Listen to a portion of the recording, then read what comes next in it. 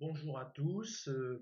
On continue Shell chez vous en mode déconfiné ou pas totalement reconfiné. Voilà, c'est l'occasion de parler d'infections, de microbes aujourd'hui. Et je vais vous raconter un peu la vie d'un homme que vous connaissez tous, qui s'appelle Louis Pasteur. Et avec son alter ego allemand Robert Koch, il a fondé une nouvelle discipline qui s'appelle la microbiologie, qui va révolutionner la biologie, la médecine, l'agriculture, à peu près tout, hein. Le problème, c'est que les deux hommes sont séparés par deux nationalités, par le Rhin, et ils se voueront toute leur vie une sorte d'inimitié, se détestent profondément, alors que s'ils avaient travaillé ensemble, je pense qu'on aurait vu de très très belles découvertes aller beaucoup plus vite. Voilà, donc on parlera de Louis Pasteur, mais on ne peut pas parler de Louis Pasteur sans parler de Robert Koch, l'allemand. Voilà, donc chez vous, on va faire de la science et de la microbiologie. Eh bien, donc, nous allons parler aujourd'hui donc de ces deux hommes qui ont marqué le 19e siècle avec la découverte de la microbiologie et surtout du microbe, Louis Pasteur, que vous avez à gauche, et Robert Koch qui est à droite. Voilà. Je voulais quand même faire un petit état sanitaire de la planète en cette période de Covid pour vous montrer un peu comment se répartissent les décès sur la planète, hein. C'est quand même les maladies cardiovasculaires que vous avez à gauche qui tuent le plus, suivent ensuite les cancers. Et dans les autres causes, on a les maladies infectieuses qui sont toujours très présentes aujourd'hui malgré la découverte de tout un arsenal de médicaments, d'antibiotiques, hein. Il faut savoir quand même que l'année dernière, l'Organisation mondiale de la santé a quand même recensé plus de 200 épidémies, hein. Nous sommes loin d'être sortis des maladies. Et bien entendu, malheureusement, cette année est arrivé le Covid et ce qu'on appelle des maladies émergentes. Voilà, comme vous avez certainement entendu parler d'Ebola, le sida aussi fait d'ailleurs partie de ces maladies émergentes, hein, et elles sont depuis 1995 en augmentation de 20%. Voilà. Et ça, c'est dû à un phénomène de mondialisation et de l'accélération des voyages, des échanges et du commerce.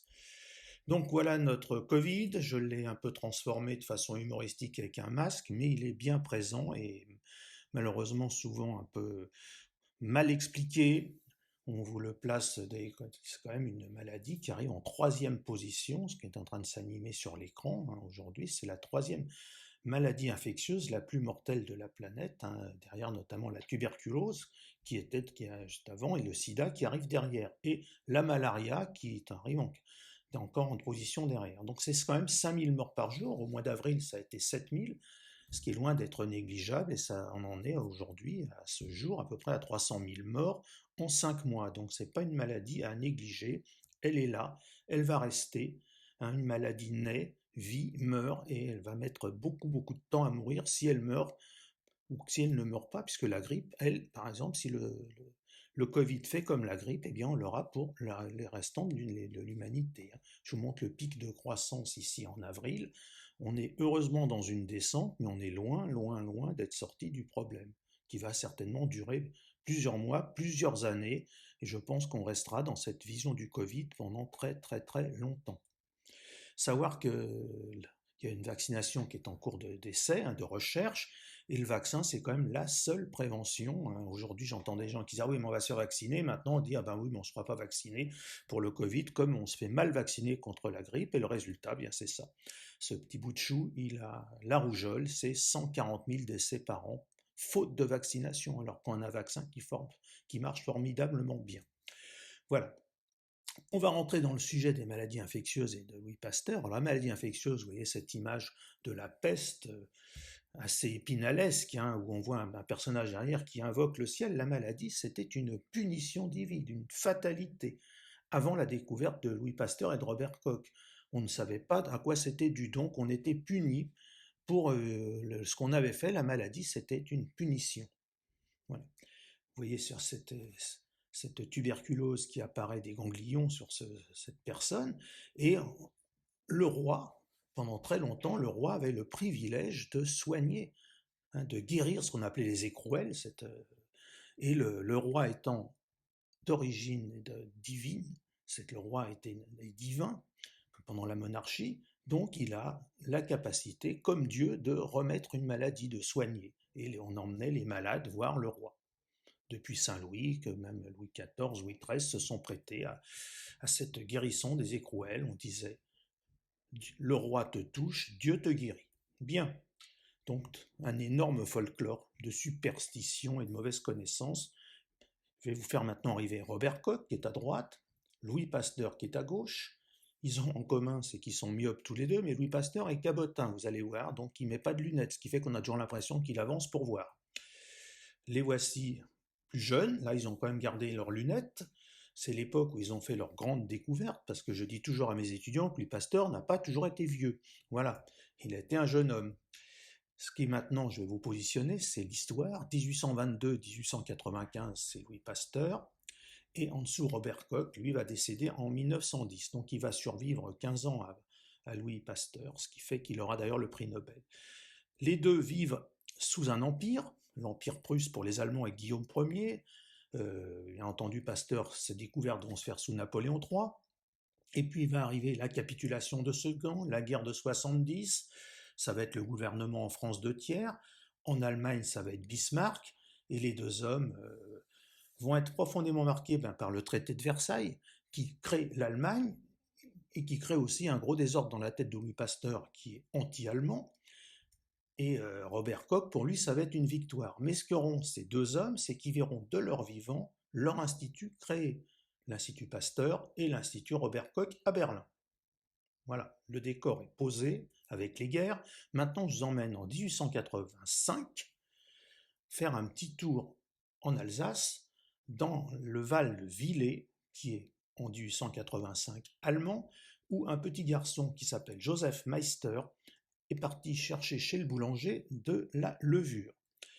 En chemin, il va se faire mordre à plusieurs endroits sur le corps par un chien, et le chien est enragé. Et à l'époque, on sait que la rage, ça ne pardonne pas. C'est une mort atroce.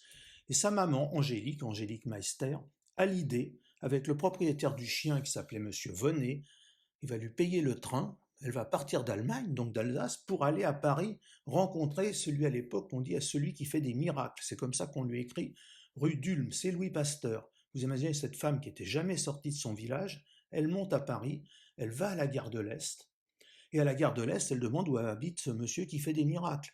Et on va lui dire que c'est rue d'Ulm. Et donc, le petit Joseph, couvert de blessures et de pansements, on sait ce qui va lui arriver lorsque Louis Pasteur le voit. À l'époque, il n'y avait aucun traitement.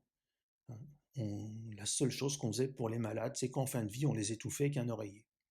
Il le fait voir à Alfred Vulpian, qui est un pédiatre, à un autre médecin qui s'appelle Joseph Granchet, parce que Louis Pasteur n'est pas médecin, vous avez commencé à comprendre, il est chimiste, donc il ne peut pas sculpter l'enfant, hein, c'est pas son métier. Les deux hommes disent qu'il est perdu, et Louis Pasteur va tenter.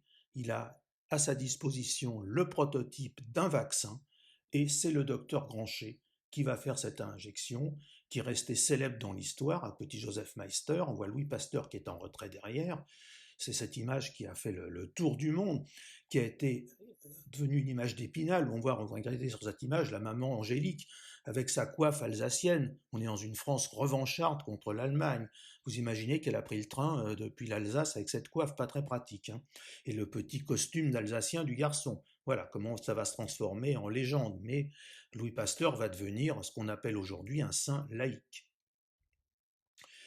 Je donne quelques infos sur le petit Joseph Meister parce qu'on n'en parle jamais. Louis Pasteur va le garder sous sa protection ensuite, il va le faire revenir à Paris, il va travailler comme laborantin à l'Institut Pasteur, ce qui n'est pas encore forcément l'Institut Pasteur, mais le laboratoire de la rue d'Ulm, puis après ça sera l'Institut Pasteur, il va devenir ensuite concierge de cet Institut Pasteur, il aime bien se faire tirer le portrait dans les jardins, et Joseph Meister ne va pas supporter l'occupation allemande et l'arrivée des Allemands à Paris en 1940, et dans la crypte où repose Louis Pasteur, il va se suicider avec son arme qu'il avait gardée de la guerre de 14. Voilà, la fin de Joseph Meister. Revenons à notre histoire de Robert Koch et de Pasteur. Je vous les rajeunis pour vous les mettre à l'époque. Maintenant, on va voir leurs milieux familiaux. Pasteur vient d'un milieu très modeste. Son papa est tanneur à Dole dans le Jura. Mais chez les Pasteurs, on a une admiration pour l'époque napoléonienne et Napoléon Ier, ensuite Napoléon III. C'est une admiration qui en est puérile et qui va marquer Pasteur toute sa vie. Côté Koch, on est en Basse-Saxe, Son papa est ingénieur des mines. C'est pas la fortune, mais je dirais que c'est un milieu plus aisé quand même que celui de Louis Pasteur.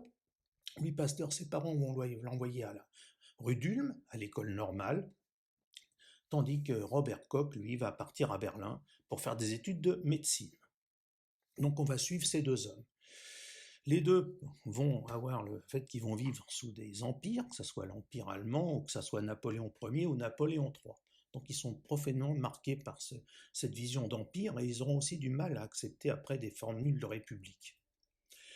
Donc Louis Pasteur arrive à l'école normale, il va passer un double diplôme, docteur et sciences, à la fois en physique et en chimie. Et à l'époque, il y a une science qui se développe, c'est l'étude des cristaux, la cristallographie. Alors, je ne vais pas trop rentrer dans les détails, mais cette cristallographie, c'est une méthode de mesure physique et qui a de gros retentissements, notamment à l'époque, parce qu'on utilise énormément un résidu de la fermentation du vin qui reste dans les tonneaux, qui s'appelle l'acide tartrique, qui est aujourd'hui beaucoup moins utilisé, mais qui était à l'époque utilisé pour attaquer le tissu, pour que les colorants puissent mordre le tissu.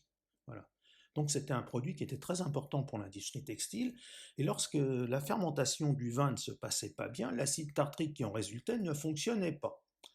Et Louis Pasteur va s'apercevoir que l'acide tartrique qui se produit lorsque le vin est gâté, avec son appareil, ne divise pas la lumière du même côté que lorsqu'il est normal. Donc il voit que dans les cristaux qu'il y a dans le tartre, il y aurait deux acides tartriques, un qui fonctionne, qui dévie la lumière à droite, et un qui ne marche pas, pour l'industrie textile, qui dévie la lumière à gauche. Alors pourquoi le fait que le vin soit gâté, donc c'est-à-dire qu'il a été contaminé, fait que ces cristaux sont différents. Il va s'armer d'un microscope, de son polarimètre, et il va trier pendant des mois les cristaux à l'œil nu, et découvrir qu'il y a bien deux familles de cristaux, un acide tartrique et un acide paratartrique, et cet acide paratartrique n'est pas utilisable, et il arrive quand le vin est gâté.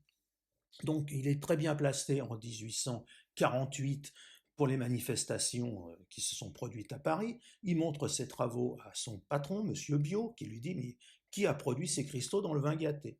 Et là, Pasteur est persuadé que c'est quelque chose de vivant qui a produit ces cristaux différents.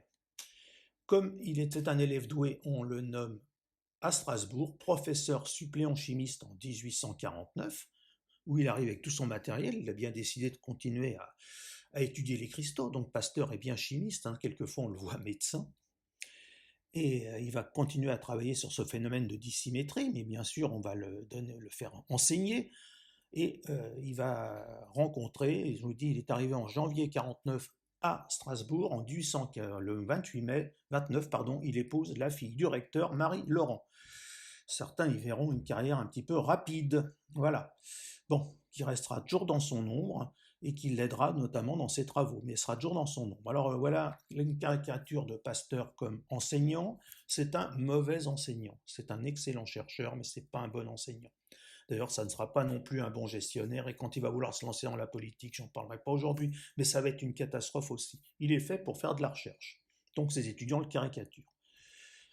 En 1851, c'est le coup d'État qui amène le futur Napoléon III au pouvoir, et Pasteur va applaudir, parce que c'est un Napoléon, chez les Pasteurs, c'est un dieu.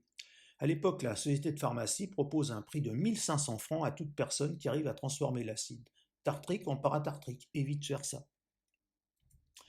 Pasteur va réussir le travail, il va toucher le prix, et qu'est-ce qu'il a acheté avec ce prix? Aux grandes dames de son épouse qui voulait une cuisinière, ben il a acheté un polarimètre et un microscope. Voilà, c'est Louis Pasteur.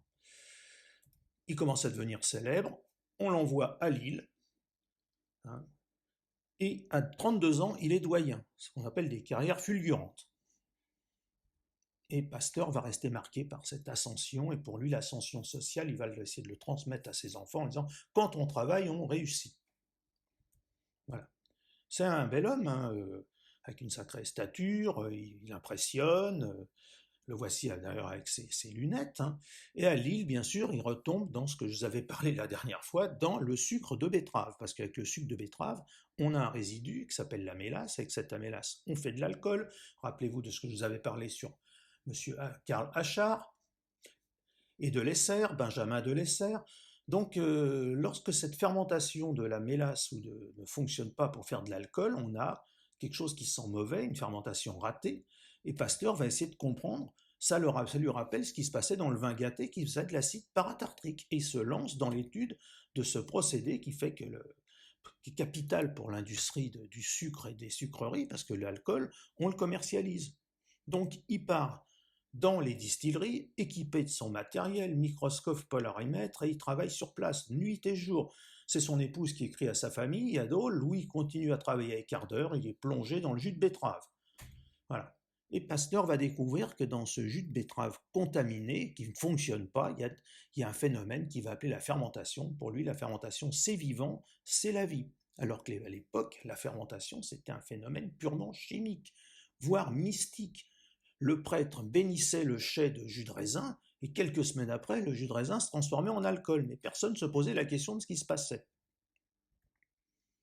Pasteur, au microscope, va observer pour la première fois, c'est la première image, les globules que vous voyez ici, ce sont des globules de levure, c'est un champignon microscopique, et lorsque la fermentation se passe mal, il s'aperçoit, à côté de ces globules de levure, ces levures globuleuses, il y a des petits bâtonnets, des petits filaments. Il vient de découvrir la fermentation lactique, ce sont des bacilles lactiques. Pasteur vient de s'apercevoir que lorsque la fermentation se déroule mal, déjà, au travail, il y a deux micro-organismes, et deux micro-organismes qui entrent en compétition, ce que personne n'avait encore jamais remarqué. Il est le premier à observer ce phénomène. Et il va écrire un mémoire sur la fermentation lactique. Voilà. Et là, il va se faire débouler ses collègues chimistes qui lui disent qu'un chimiste ne fait pas de biologie, les médecins vont lui dire pareil.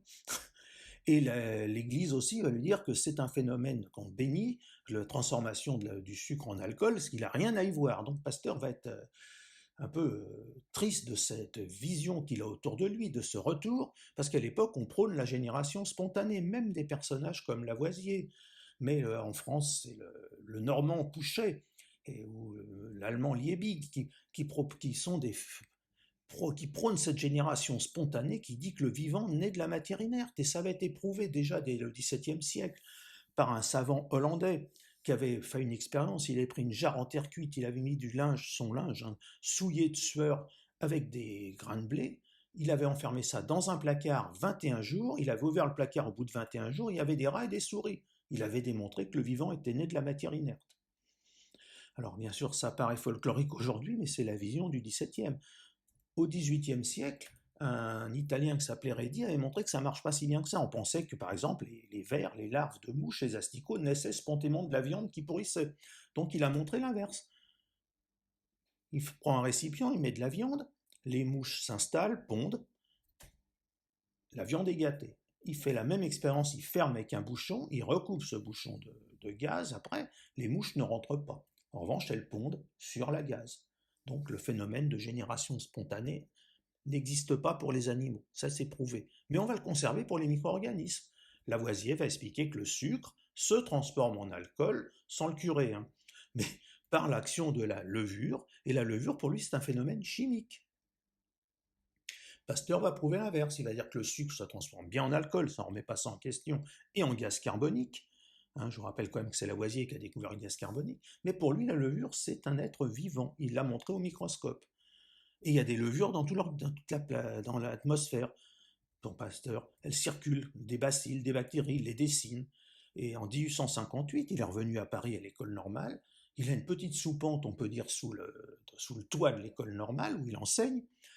Il va montrer la fin de la génération spontanée. Il a pris un ballon qu'il a rempli soit de bouillon de viande, soit de bouillon végétal. Il le fait bouillir pendant plusieurs heures, puis il le laisse à l'air libre. Son col est ouvert, et au bout de quelques jours, il aperçoit des micro-organismes, le bouillon s'est gâté. Il reprend la même expérience avec un verre fermé par un col de cygne, un ballon fermé par un col de cygne. Il le stérilise, et puis après, il le laisse à l'air libre. Des jours, des semaines, des mois. Les ballons qu'il a fabriqués à l'école d'Ulm à l'époque sont toujours stériles. Donc il a montré que la contamination, l'agent qui contaminait, on parlait à l'époque d'animalcules, d'infusoires, était dans l'air. Donc la génération spontanée, ça ne marche pas. Voilà les flacons qui sont conservés à la rue d'Ulm, ils sont toujours stériles.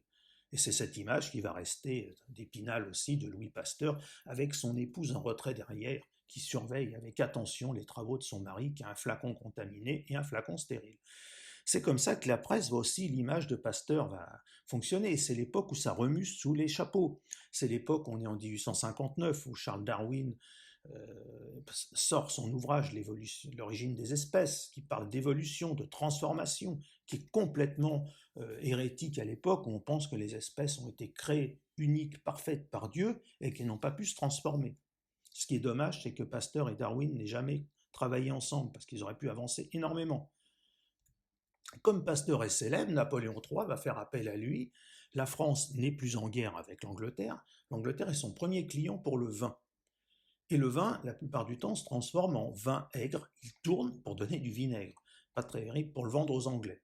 Donc Pasteur part sur des différents vignobles, dans les caves à vin, avec une équipe, avec toujours son matériel, et il va faire le même travail qu'il avait fait dans les distilleries. Et il va s'apercevoir à chaque fois qu'il y a une contamination par des agents microbiens. Et c'est l'époque, pour éviter de faire tourner le vin, il va proposer des procédés de pasteurisation, c'est-à-dire de faire chauffer le vin. Alors ça va marcher bien sûr pour du lait, mais pour le vin, ça ne va pas donner un vin terrible, ça c'est certain, mais c'est à l'époque qu'il invente ce phénomène de pasteurisation, qui ne consiste pas à faire bouillir, mais qui consiste à faire monter la température au-delà de 35-40 degrés. Donc ça va le rendre encore plus célèbre. On dit que Pasteur a sauvé le vin français, et on voit ces publicités, on dit le vin est la plus saine et la plus hygiénique des boissons. Je ne pense pas que ce soit Pasteur qui l'ait dit, mais ça a bien arrangé les vignerons. Donc Pasteur commence à être connu et on va lui faire une première grande consécration. Le 7 avril 1864, il va prononcer une conférence à la Sorbonne, mais c'est une conférence théâtrale. Il est derrière un rideau noir, toute la salle est dans le noir, et on voit des manipulateurs, il n'y a que leurs gants qui sont blancs, légèrement éclairés, qui font les manipulations qu'a fait Louis Pasteur pour la génération spontanée. Et lui est devant. Le public se serre, les crinolines se froissent, on a le ministre de l'Éducation, Victor Duruy, on trouve Georges Sand, Alexandre Dumas, tout ce petit monde est tassé dans la salle et c'est le triomphe de Pasteur. Napoléon III, pour le remercier, va le faire venir dans ces réceptions qu'on appelait les séries de Compiègne, pensées pour Pasteur, être invité par l'empereur. C'est la consécration, il écrit à ses enfants, vous voyez les enfants, ce que c'est que la réussite quand on travaille, quand on est sérieux, on est surtout cabotin chez Pasteur. Hein. Alors il va participer à des chasses à courre, ça va finir de flatter son ego, qui est déjà assez quelqu'un qui ne supporte pas la contradiction. Alors donc on va l'envoyer de la même façon, travailler sur la crise séricicole de 65-69, il part dans le sud de la France, le Vernasois est malade soit de pébrine, soit de flacherie, et en fait il va faire les mêmes types d'observations sur les chenilles, du bombix, du mûrier, et il va s'apercevoir aussi qu'il s'agit d'une contamination par un organisme à qui va bien falloir donner un nom. Alors il devient célèbre, on lui fait des statues un peu partout déjà de son vivant. La contamination, l'agent qui contamine, la maladie infectieuse, la théorie microbienne commence à s'échafauder et elle nous vient aussi, cette science qui va devenir la microbiologie, de travaux allemands. Hein. On va comprendre qu'il faut avoir de l'asepsie, il faut nettoyer, il faut se laver les mains, comme aujourd'hui avec le gel hydroalcoolique. Hein, on va passer de l'empirisme à la rationalisation des ferments aux maladies contagieuses. Et un de ces messieurs que je comptais quand même ce qui a parlé, c'est monsieur Semmelweis en Hongrie, qui est médecin et qui comprend que la fièvre puerpérale, d'où meurt une maman sur deux à la naissance, elle vient du fait que les gynécologues ou les sages-femmes ne se lavent pas les mains. Et il va prôner, lui, d'utiliser de l'hypochlorite de calcium, c'est un ancêtre de l'eau de Javel, et il va être complètement débouté par la communauté scientifique qui le prend pour un idiot. Ça va le rendre malade, il va en finir par être interné dans un asile. Regardez sur cette image. C'est le docteur Velpeau, il n'a pas fait que des bandes Velpeau, vous voyez. On le voit sur cette image, regardez bien. Ils sont mains nues. Personne n'a de blouse. Regardez le docteur Péan qui a inventé le clamp qui permet de bloquer une hémorragie. Tout le monde, il est en redingote. En fait, il va travailler le matin en redingote, il opère en redingote, il va ensuite voir ses patients qu'il reçoit à son cabinet, et ensuite il se met à table avec madame à sa soupe, avec la même redingote et les mêmes vêtements. Donc on reste la meilleure souci qu'on pouvait avoir, c'est qu'on était sûr de ressortir les pieds devant, pas de la maladie pour laquelle on était rentré, mais d'une infection. Regardez après l'ère pasteurienne comment sont habillés le personnel soignant, voilà. Donc c'est des choses qui vont changer. C'est la guerre de 70, Paris est occupé par les Prussiens, on n'a plus à manger, on mange les rats, les chats et on tue même les animaux du jardin des plantes.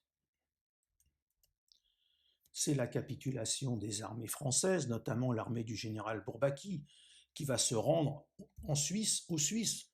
Et c'est à l'époque, dans le service militaire, le service de santé des Allemands, de l'Allemagne, qui ne s'appelle pas encore l'Allemagne, mais qui est la Prusse, il y a un médecin qui s'intéresse aussi à toutes ces infections qui touchent les soldats.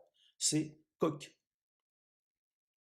Alors il va rester un petit peu médecin militaire, mais ils ne vont pas le garder longtemps, parce qu'en Allemagne, comme il est myope, on n'en veut pas. Voilà. Mais on va le renvoyer travailler chez lui. Pendant l'époque de la guerre, Pasteur est parti à Clermont-Ferrand avec son équipe de polytechniciens normaliens, notamment Émile Duclos. Là-bas, ils vont travailler sur la fermentation de la bière, parce qu'on a perdu l'Alsace et la Lorraine, donc il faut montrer que la France est capable de faire de la bière. Et Pasteur va s'attaquer au travail de cette bière pour montrer que la France est aussi capable de faire que de la bière. Et avec ces publicités qu'on voyait, la bière est nourrissante, une femme qui doit allaiter doit boire de la bière. Et il va passer dans les différentes brasseries et mettre au point des procédés pour empêcher que la fermentation de la bière tourne mal. Voilà. Côté allemand, bien Monsieur Koch est devenu médecin et officier médical de district, puisqu'il aurait voulu rester dans l'armée, mais il ne peut pas suite à son problème d'œil, et il va travailler il a son cabinet dans une petite maison, avec la partie vive de la vie, cuisine, etc. Et il a empiété sur les chambres pour se faire un laboratoire. Avec son matériel, il travaille sur une maladie qui à l'époque fait de gros dégâts. C'est l'anthrax, le charbon, le bacille du charbon.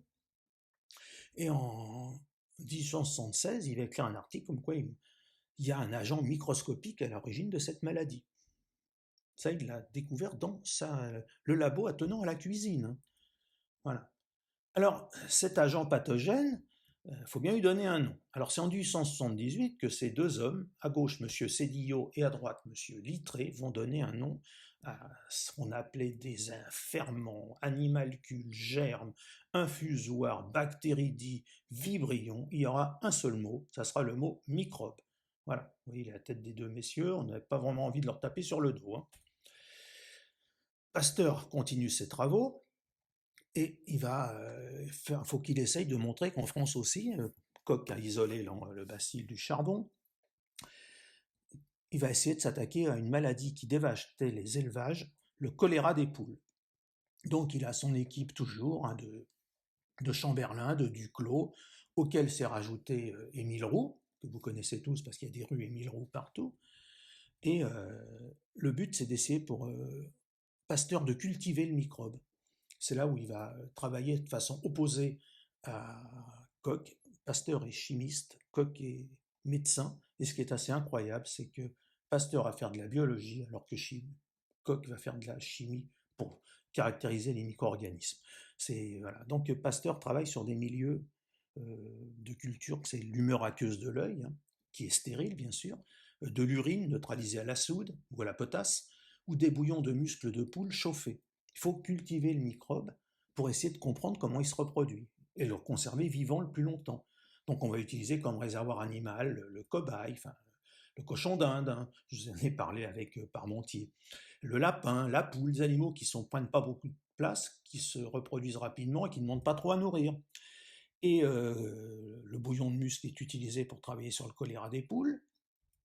Duclos et Roux sont chargés tous les jours de repiquer le microbe d'un bouillon de muscle de poule à l'autre, et c'est l'été, c'est le mois d'août, comme tous les ans, Pasteur part avec son épouse 2 mois à Dole, travailler, puisqu'il a son laboratoire là-bas, mais se reposer de la vie parisienne. Et mes deux bonhommes, ils en ont un peu marre, il y a un week-end qui arrive, et ils décident d'aller à la pêche. Et pendant 2 jours, ils n'ont pas repiqué le microbe. Quand ils reviennent, ils s'aperçoivent, parce qu'à chaque fois qu'ils repiquaient le microbe, ils injectaient une poule qui mourait dans les 24 heures. Et là, il réinjecte la même solution qui avait passé 48 heures à attendre, ça ne marche pas. La poule ne meurt pas, les poules ne meurent pas, ils s'aperçoivent que des cultures vieillies ne provoquent pas la maladie. C'est le phénomène d'atténuation. On est sur la piste de l'histoire du vaccin. Des cultures vieillies protègent contre la maladie.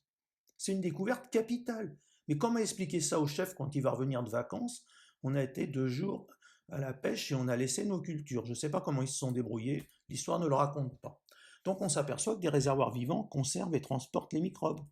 C'est ce qui explique dans certains champs que le charbon revenait régulièrement, que les moutons qui revenaient dans ces champs, même s'ils n'y avaient pas été pendant 10 ans, étaient contaminés et mouraient. C'est que ce charbon était présent dans le sol, ce bacille, et il était ramené par les vers de terre, remonté à la surface. C'est là que Pasteur va faire la deuxième expérience qu'il consacre de sa vie, c'est l'expérience de Pouilly-le-Fort en présence de la presse. Il va vacciner des moutons, 24, une chèvre et 6 vaches, contre le charbon. Et ça va marcher. C'est un show en plein air. Pasteur adore ça. Hein. C'est resté dans l'histoire, on voit dans l'iconographie. Et il va donc, ces animaux, par rapport à un lot témoin, ne vont pas mourir du charbon. Donc ils ont été, je dirais, vaccinés. Voilà. Alors les techniques de culture de Pasteur sont pas très très faciles. Du côté de l'équipe de Koch, on cherche plutôt des techniques physico-chimiques. Alors, on cultivait les bactéries, les microbes sur des tranches de pommes de terre cuites. Vous imaginez ce que ça peut donner, hein. Quand vous épluchez une pomme de terre, que vous la faites cuire, ça fait des petits morceaux. Comme il ne voulait pas faire une raclette, ben, c'était pas très pratique. Et un de ces chercheurs qui s'appelait Walter Hess fait un pique-nique avec son épouse un jour dans les forêts de Berlin et elle a fait un gâteau. Ce gâteau, il l'a vu sortir du four, c'est une matière, c'est de la gélose. La gélose, c'est extrait d'une algue rouge.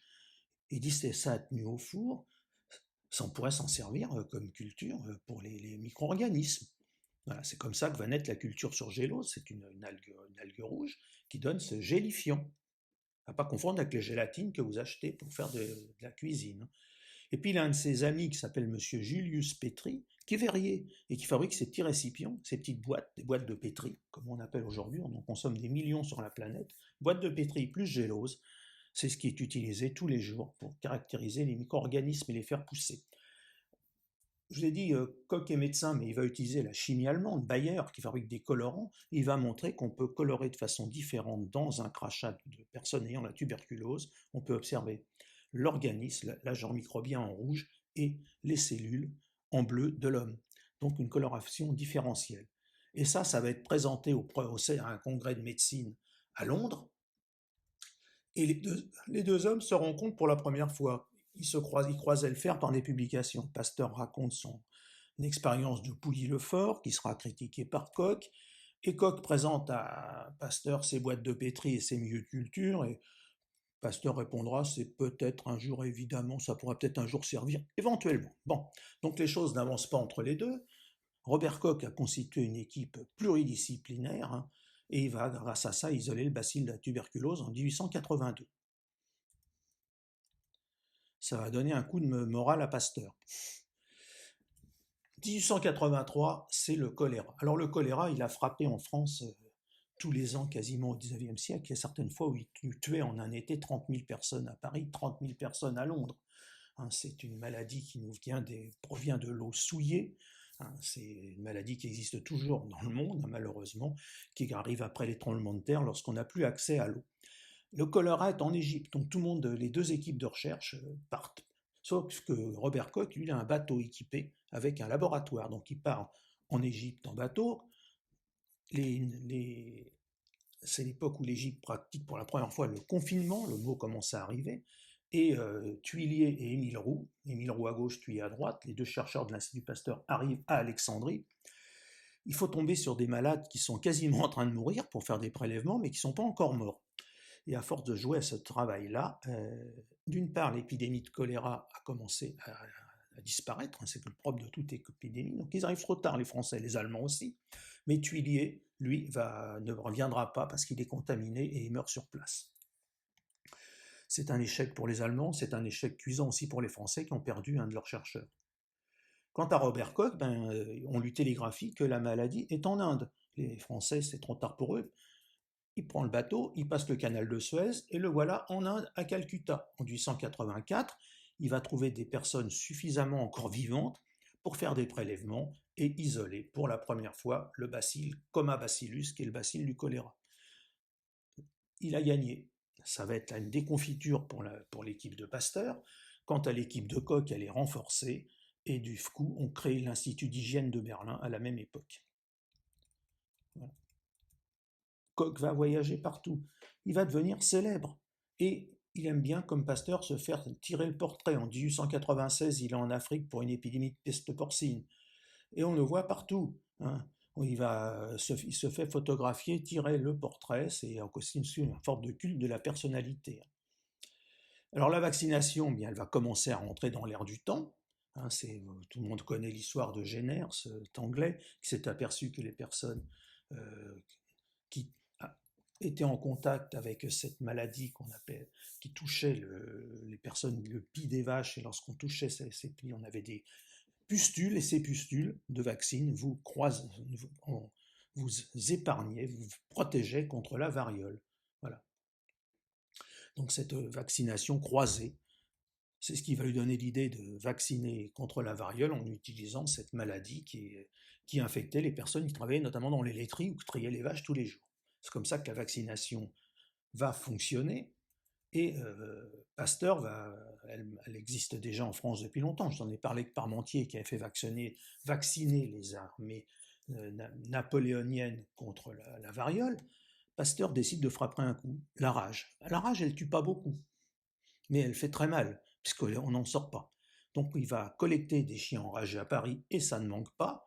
Et rue d'Ulm, ils vont faire des expériences sur ces chiens. Il va comprendre très vite que c'est au niveau du cerveau que se déclenche la maladie, donc il faut des prélèvements, avec tout le risque que ça représente la contention d'un animal enragé. Et puis après, on va se servir pour contaminer de la moelle de lapin et pratiquer le procédé d'atténuation qu'avait observé son équipe. Voilà, on va atténuer l'agent de la rage sur de la moelle de lapin qu'on dessèche, et cette image qui est restée internationale de Louis Pasteur. Donc à partir de ces moelles de lapin infectées, mais de plus en plus atténuées, ça là va sortir le protocole de l'idée de faire un vaccin. Comme ça fait beaucoup de bruit et que c'est des chiens enragés, on va conseiller à Pasteur d'aller faire un tour à la campagne parce que ça gêne les riverains, et l'État va lui acheter une propriété à Villeneuve-l'Étang, où on a un institut Pasteur maintenant, où Pasteur va travailler sur ces chiens là-bas.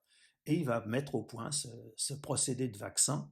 Le problème, c'est qu'il faudrait trouver quelqu'un pour l'injecter. Et c'est là que mon histoire rentre en boucle avec l'arrivée du petit Joseph Meister le 6 juillet 1885, accompagné de sa maman, Angélique. Et c'est là que la vaccination va commencer. Voilà. Tout le monde vient se vacciner, de Russie, de Chine, on vient voir Monsieur Pasteur. Hein, ça va devenir l'homme indispensable. Et on va créer l'Institut Pasteur sous subvention d'État. Hein. Il y aura une souscription et une subvention. L'Institut Pasteur est créé en 1888. Louis Pasteur, comme Robert Koch, va l'inaugurer. Il va être invité après, pour ses 70 ans en 1892 à un jubilé où le président Sadi Carnot le reçoit. Bon, Pasteur est un peu handicapé parce qu'il a fait quand même 2 AVC dans sa vie qui l'ont laissé des traces de paralysie, mais pour lui c'est la consécration. Nous sommes en 1894, 2 ans plus tard, c'est une épidémie qui frappe à Hong Kong, qui refrappe à la porte, c'est la peste. 12 millions de morts en quelques semaines en Asie. Vous voyez, la peste bubonique, hein, c'est l'inflammation des ganglions, le sang ne circule plus, les membres noircissent, mais sur place, au Vietnam, il y a un pasteurien d'origine suisse, vaudoise, qui est médecin, qui faisait partie de l'équipe et qui a un peu voulu choisir un peu de prendre un peu l'air, de faire des œuvres très très charismatiques là-bas, d'apprendre l'agriculture aux populations, de les aider. C'est Alexandre Yersin. Il est en place, on lui télégraphie. Il y a il y a le choléra, pardon, il y a la peste. Donc le Yersin, il est équipé il sait le travail qu'il faut faire, et c'est lui. Il a une chance folle. Il va réussir à isoler le bacille de la peste, d'ailleurs qui portera son nom, qu'on appelle aussi le bacille de Yersin. Et c'est la grande victoire de l'Institut Pasteur contre l'équipe de Koch, qui n'est pas sur place, ou d'autres laboratoires, notamment d'un laboratoire japonais qui avait été formé par le professeur Kitazato, qui est un disciple de Robert Koch, et c'est un Français qui va isoler. Et Louis Pasteur, la légende va exploser complètement. Voilà. Alors Louis Pasteur arrive dans la dernière partie de sa vie, il aime toujours se faire tirer le portrait avec des enfants, avec ses enfants.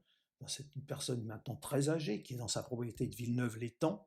Et Louis Pasteur s'éteint en 1895, le 5 octobre, c'est des funérailles nationales. L'Institut Pasteur est recouverte de draps noirs. Il va être enterré dans la crypte qui est au sous-sol de l'Institut Pasteur, la même où s'est suicidé Joseph Meister. C'est la fin d'un héros laïque, d'un saint laïque, que Robert Koch va continuer. Robert Koch a une vie plus, je dirais, affective, plus chargée que celle de Louis Pasteur. Il s'est remarié, il a trouvé une épouse qui est une ancienne chanteuse, actrice. Ils se font tirer le portrait parce qu'il est invité dans tous les comités scientifiques sur la planète. Il aura bien sûr le prix Nobel qu'il n'a pas pu avoir Pasteur parce qu'il est décédé trop tôt, en 1905, prix Nobel de médecine. Mais c'est en Allemagne, c'est l'équivalent de Pasteur. Il a son iconographie, ses timbres, c'est ce qu'on appelle jour des saints laïcs. Voilà. Alors ces gens, on les retrouve sur des statues. Vous avez Louis Pasteur, vous avez Robert Koch, vous avez un autre homme qui est aussi statuifié un peu partout, mais cette fois-ci c'est en Angleterre, chez Charles Darwin. C'est celui qui a fait aussi énormément bouger les choses au XIXe siècle, avec la théorie de l'évolution, l'origine des espèces, et c'est grâce à ces hommes, en l'espace de quelques années, que la vision du monde vivant, on découvre le microbe, on découvre que les espèces ne sont pas stables, se transforment, et ce qui fait que la semaine prochaine, je vous parlerai de Charles Darwin. Eh bien, Shell chez vous avec Louis Pasteur se termine.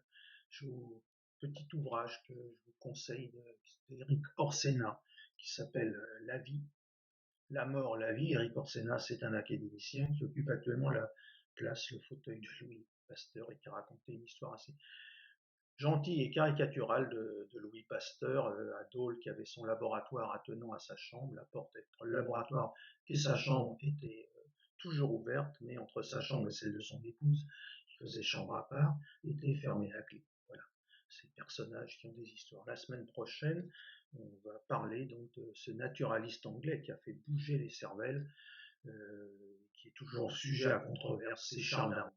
Merci à tous et à bientôt.